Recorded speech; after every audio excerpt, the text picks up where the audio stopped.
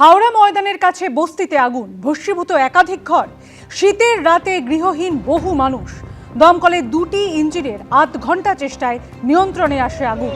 শীতের রাতে আগুন পোয়াতে গিয়ে অগ্নিকাণ্ড, এমনটাই অনুমান দমকলে। গোটা ঘটনার তদন্তে গোলবাড়ি থানার পুলিশ।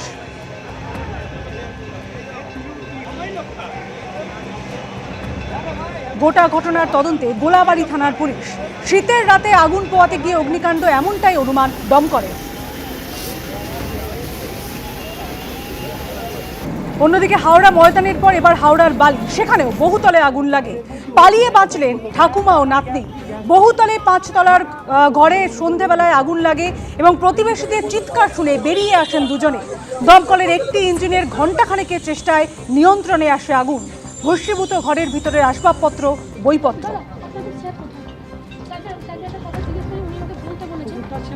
কেন্দ্রীয় সরকারি অফিসারদের মাইক্রো অবজারভার নিয়োগ নিয়ে ইঙ্গিতপূর্ণ মন্তব্য করলেন মমতা বন্দ্যোপাধ্যায়। তিনি বলেন, আমি শুনেছি কেন্দ্রীয় সরকারের অনেককে নিয়োগ করা হয়েছে।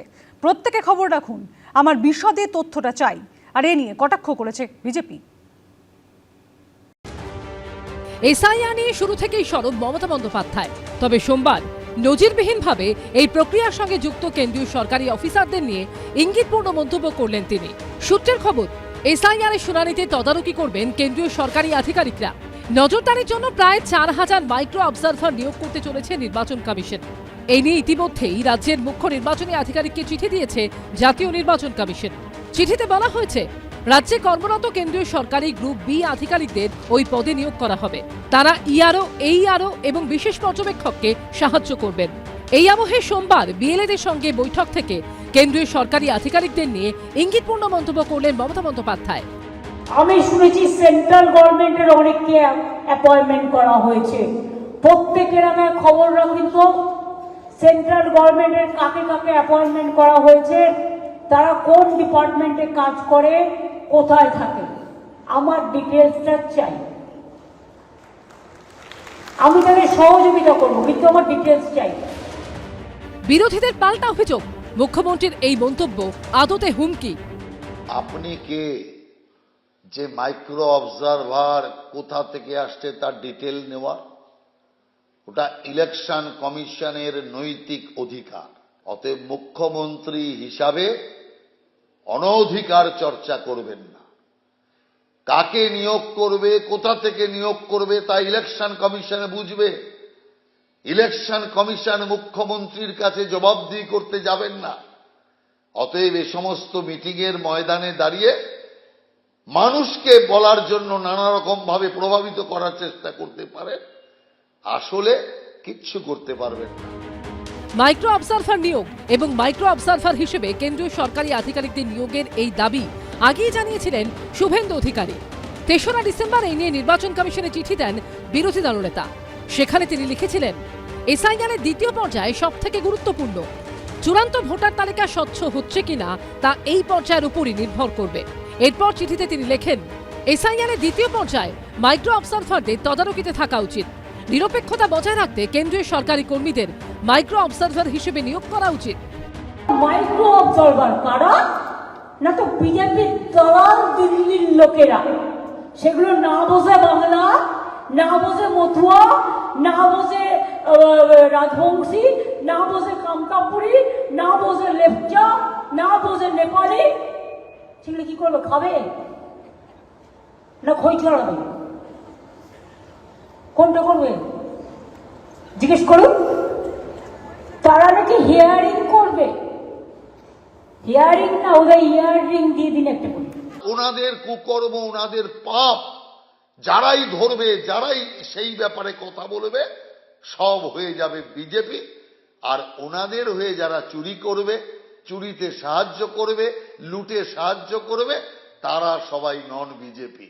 অতএব সেই কারণে মমতা ব্যানার্জির এই ব্যাখ্যা বাংলার মানুষ বুঝে গিয়েছে। প্রকারান্তরে হয়তো উনি বলতে চাইছেন যে মাইক্রো অবজারভার অথবা যে কেউ যদি রাজ্য সরকারের কর্মী হয়, তারা কি সবাই তৃণমূল? যে লোক সরকারের কর্মচারী, যে সরকারি হোক না কেন, তাদেরও কিছু বুদ্ধি বিবেচনা আছে। এটা উনি বুঝতে চান না বলে ওনার ধারণা, যারা রাজ্য সরকার সব বুঝি ওনার বশংবদ্ধ হবে, অতএব যারা কেন্দ্র সরকার সব বুঝি বিজেপির বশংবদ্ধ হবে, এটা সত্য নয়।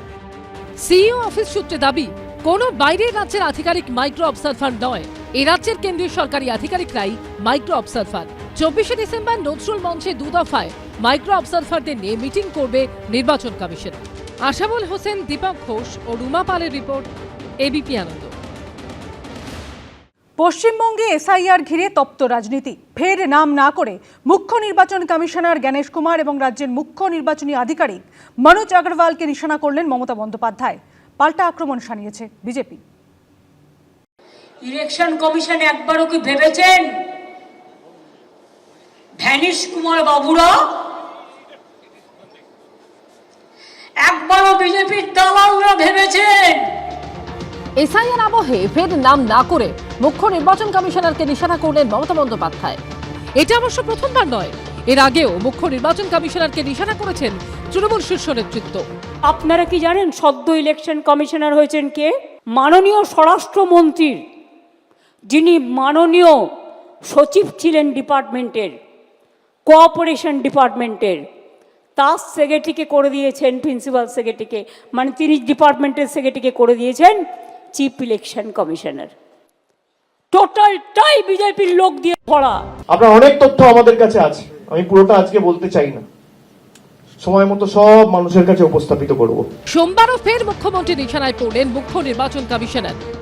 টেনশন যত বাড়ছে, হতাশা যত বাড়ছে, সামনে হার যত দেখতে পাচ্ছে, ততই দেখবেন মাথা খারাপ হবে আর এই জাতীয় গালিগালাজ করতে থাকবে। কিন্তু এবার পশ্চিম বাংলার জনগণ কোনোভাবেই এই সরকারকে আর রেয়াত করবে না। বাংলায় পরিবর্তন হবেই হবে, আর সেই পরিবর্তন তৃণমূলকে তাড়িয়ে বিজেপি ক্ষমতায় আসবে। মুখ্য নির্বাচন কমিশনারের পাশাপাশি নাম না করে রাজ্যের মুখ্য নির্বাচনী আধিকারিক মনোজ আগরওয়ালের বিরুদ্ধেও বিস্ফোরক অভিযোগ তুলেছেন তৃণমূল নেত্রী। আর এখানে যেটা বসে আছে সেটা তো বাড়ির থেকে টাকা ফেলেছিল, সিবিআই রেড করতে গেছিল, তখন সে দিল্লিতে কোনো দায়িত্ব ছিল শুনেছি আমি, ওপর থেকে টাকা ফেলে দিয়েছিল। আর তার বিরুদ্ধে কম কেস আমার কাছেও নেই। তিনি ভয়ে অফিস শিফট করছেন, সেন্ট্রাল গভর্নমেন্ট অফিসে যাবে, স্টেট গভর্নমেন্টের পারমিশন ছাড়া, সব ইল্লিগাল, যাতে সাংবাদিকরা ধরতে না পারে, কোনো মানুষ কথা বলতে না পারে, ওনার যা যা করার উনি করতে পারেন, ইধার উধার করতে পারেন। এত টাকা কে খাবে? এই রকম অভিযোগ আপনি সিওর বিরুদ্ধে করে থাকেন, তাহলে আপনার সময়কার এটা অভিযোগ। আপনি জেনে শুনেও তখন তার বিরুদ্ধে কোনো ব্যবস্থা নেননি কেন? তার মানে ওর কাটমানি আপনি পেতেন। আজকে যখন তিনি আপনাদের এই চুরির বিরুদ্ধে যখন সত্যতার লড়াই লড়ছেন, তখন নানা রকম কলঙ্কে কলঙ্কায়িত করার চেষ্টা করছেন। বিধানসভা ভোট যত এগিয়ে আসছে দরজা ততই সপ্তমে উঠছে। আশাবুল হোসেন, বিটন চক্রবর্তী ও দীপক ঘোষের রিপোর্ট, এবিপি আনন্দ। এবিপি আনন্দ, এগিয়ে থাকে, এগিয়ে রাখে।